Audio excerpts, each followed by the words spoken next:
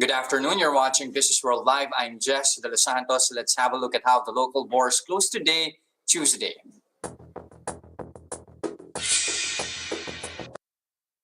Okay, so let's kick things off with this development. You have the local bourse announcing that it will shut the trading floor. That's going to be from March 25 to April 4. So again, that's going to start on Thursday. That is, of course, in line with curbs being implemented here in NCR amid the surge in COVID-19 cases. But to clarify, stocks trading will still continue. That's going to be via off-site locations. Again, the physical trading floor is shut starting Thursday until April 4. Now, before that news, local shares today recovered after more clarity that government officials prefer more targeted curbs than a widespread lockdown. The index on Tuesday climbed 0.8% to 6,446.35. You have Socioeconomic Planning Secretary Carl Kendrick Chua on a statement on Monday that a stricter and blanket community quarantine is no longer an option. He said as well, this despite, of course, the record surge in infections the past days, which just yesterday reached its highest so far at 8,019. Now, we have more developments on those restrictions later with a couple of adjustments from the palace. Now, looking at today's counters, the property gauge led the rebound, with malls seen to actually be impacted less given the new restrictions. The sector rose 1.8%, leading all gauges here in the PSCI. Mega World paced those gains in the counter. It's up 3.6%, now priced at 3 pesos and 50 centavos a share. The country's biggest mall operator, SM Prime, also climbing 2.4% to 34 pesos and 75 centavos a share. Ayala Land also in the green, up close to 1.5% to 34 pesos and 30 centavos. Now, also joining the rally is Double Dragon. The stock just announced that it will be adjusting the listing date of its REIT IPO. That's DDMP REIT. It has been rescheduled to March 24 due to the large volume of more than 50,000 total investors. They have yet to finish the lodgement of shares and would need a one-day extension. Double Dragon, as you can see here, edged higher today, close to 0.6% to 14 pesos and 28 centavos a share. Now let's check very quickly on three players here. That's after SM filed its tender offer for a 47.15% stake into Go. That's going to be priced at 8 pesos and 58 each rather. That offer will run until April 21. Now Dennis Ui's sale of his stake in the shipping line marks his exit from a partnership which started back in 2017. Now, if you try to take a look at this chart right here, SM in the middle chart here, represented by the orange line here, ended the day climbing by 0.2% at 963 apiece. To Go, however, as shown here in the first chart, represented by the white line, they plunged 3.75% to 8 pesos and 50 centavos a share. Same thing happening here with Chelsea, also dropping here by 1.2%, now at 3 pesos and 33 centavos, as you can see in the yellow line. And lastly, off we go to another Dennis Uy firm. That's going to be Phoenix Petroleum. Management has greenlit talks with potential buyers of assets to help raise funds to pay off debt. The oil player next month will ask shareholders to approve a company decision to sell assets. Phoenix caps a day with a 2.4% slide to 11 pesos and 50 centavos a piece. A company has term loan with outstanding balance of 37.5 billion pesos as of end September last year. That's according to their financial statement.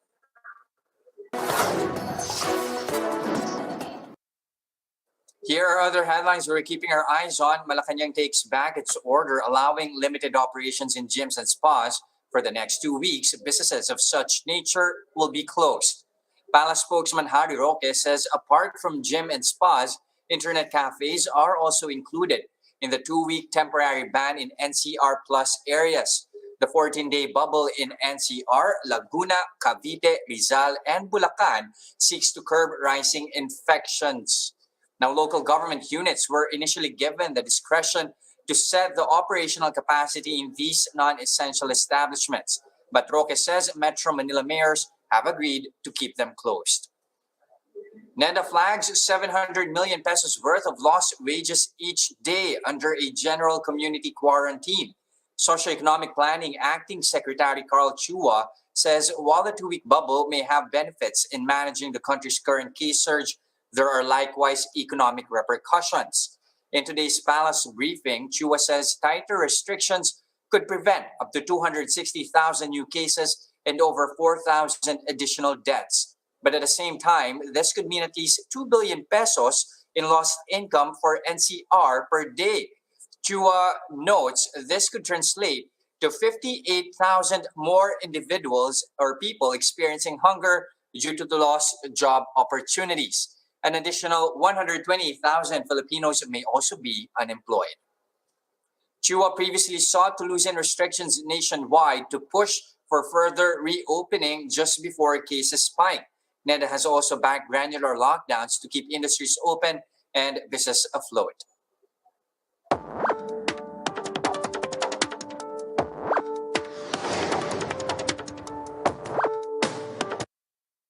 Now, how will the private sector cope in the next 2 weeks given all those developments? To answer that, we have George Barcelon, private sector representative of the Legislative Executive Development Advisory Council, or LEDAC.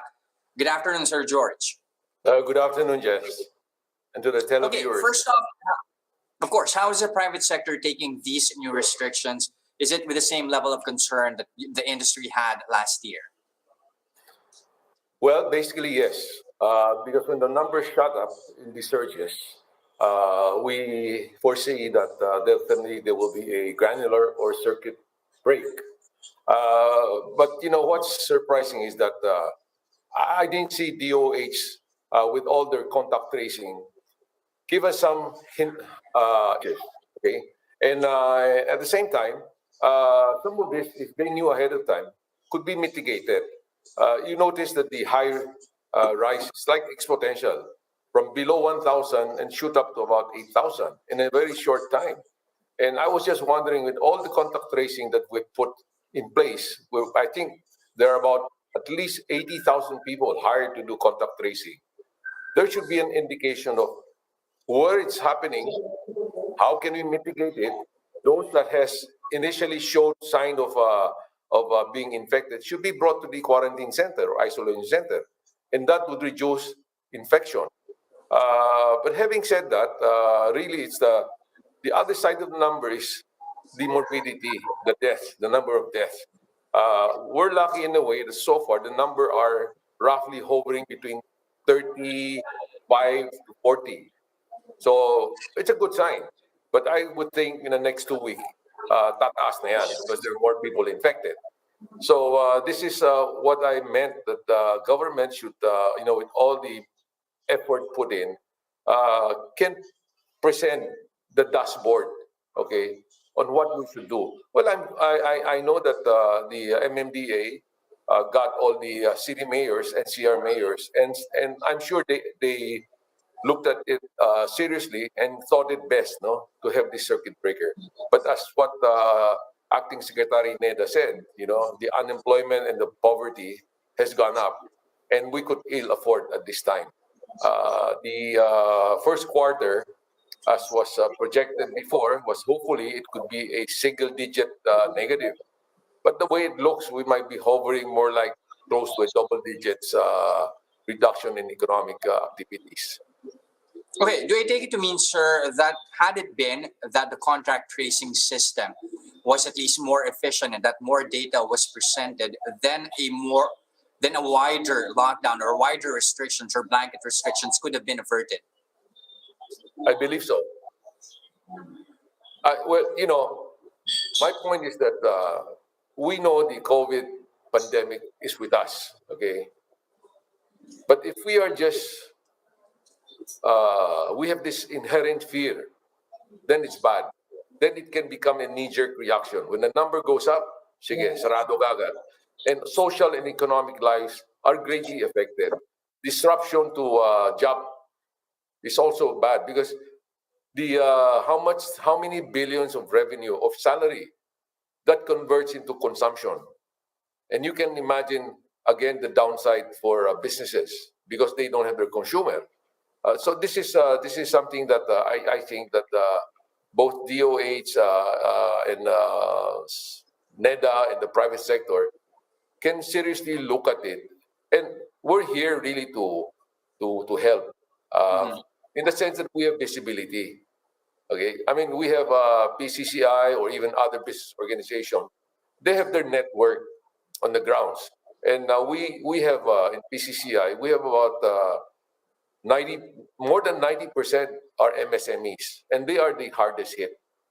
Mhm. So Given that, I sir, think, yeah, yeah, Jess. given that, what setbacks are you expecting from this 2 week cut in activity, business activity, and which sectors do you deem to be most vulnerable?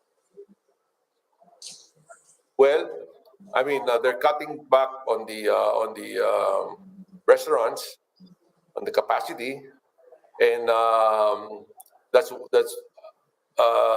that's a very big hit on the and when you do that, the supply chain is hit. You know, you go to the agri sector, you know, you go to the transport, logistic, and of course, lately, even the government is reducing their on-premise work. They're reducing it.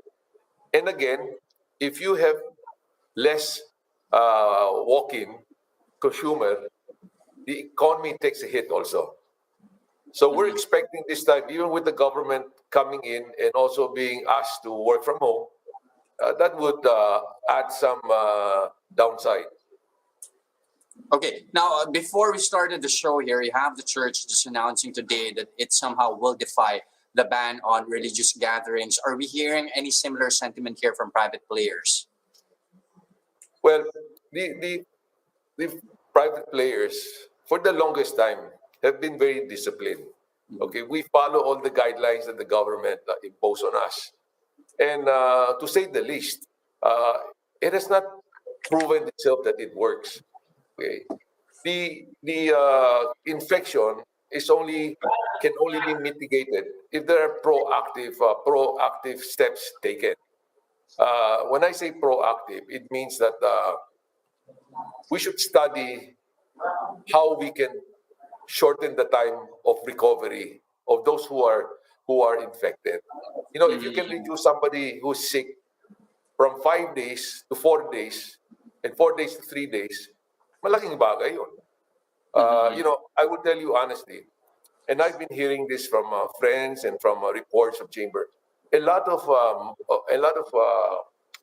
blue collar workers, no, factory workers, sakit na sila, but they don't know it's COVID. But they still report to work. And they don't want to reveal na may sakit na sila. Because the minute they reveal that, wala, pahinto siya, walang sahod. So this is what is happening now. That's why I said it has to be, the COVID has to be respected. Okay? Respected in the way that we are doing something to mitigate, we are doing something to protect our citizen, but not feared. When you say, when the fear is instilled in you, iba na yung reaction mo eh. Mhm. Okay, you got to respect it and say, okay, if this were the situation now, what should we do? Okay, but it seems like I don't want to second guess them, but this is what I fear most. If the number is steadily at 7,000, 8,000, baka yung 2 weeks kulang pa to their mind. If everything is the same, their only way of mitigating is to lock down. Mhm. And this doesn't bode well. Yung balancing of life and livelihood, no? Talagang kailangan natin. You know, every one of us value life, and life loss is too much. But there are more people dying now from hunger and from sickness. Not sickness from COVID, but from other sickness because they don't have the money to treat themselves. You know, Jess, I'll tell you, the herd immunity, if you look at it, the herd immunity is two sides. Okay. One side of the equation is mass inoculation, Mhm. vaccination. Now, let us be realistic. Dito sa atin, we will only start that malamang third quarter. Okay? You've seen all the data. Even the data reported by Secretary Charlie Galvez. Mhm. By the middle of the year, malamang mga 4 to 5% per citizen would be vaccinated. And of course, these are the health workers, frontline responder, law enforcer. You know why it's only 45 million? Because that's the only available vaccines that we will get from COVAX, from donations from China. Okay? Then, moving forward, the main bulk of the vaccine would be coming in August. The projected number of is 20 million each month, August up to December. So if you look at it, the inoculation will be up to first half of 2022. Okay? Now, that's half of the equation. The other half of the equation is people getting infected. Sa ngayon, there are about 500,000 Filipinos na meron ng antibodies because they got infected. And gumaling sila. Okay? So that is why getting infected is not a death sentence. But getting infected with the proper palliatives, prophylaxis, should reduce the severity. It's the severity that counts. It's the number of deaths that's important. I don't want to, even if the number were to go up to 10,000. Yes, and of But course the you death- have also experts, even Okta, saying that 70% of the NCR's population at least may actually be infected with the virus Infected. by June if Yes. the infections are not curbed. Again, thank you very much for your time with us this afternoon, Sir George Barcelon, Yeah. private sector representative of LEDA. Thank you, sir. Pleasure. Thank you, Jess. Bye-bye. And those are the biggest news this trading day, March 23, 2021. Catch Business World Live again tomorrow at 9:30 a.m. for the market open and 3:15 p.m. for the market close. I'm Jess De Los Santos. We are One News. Mask on, wash hands, and stay safe, Philippines.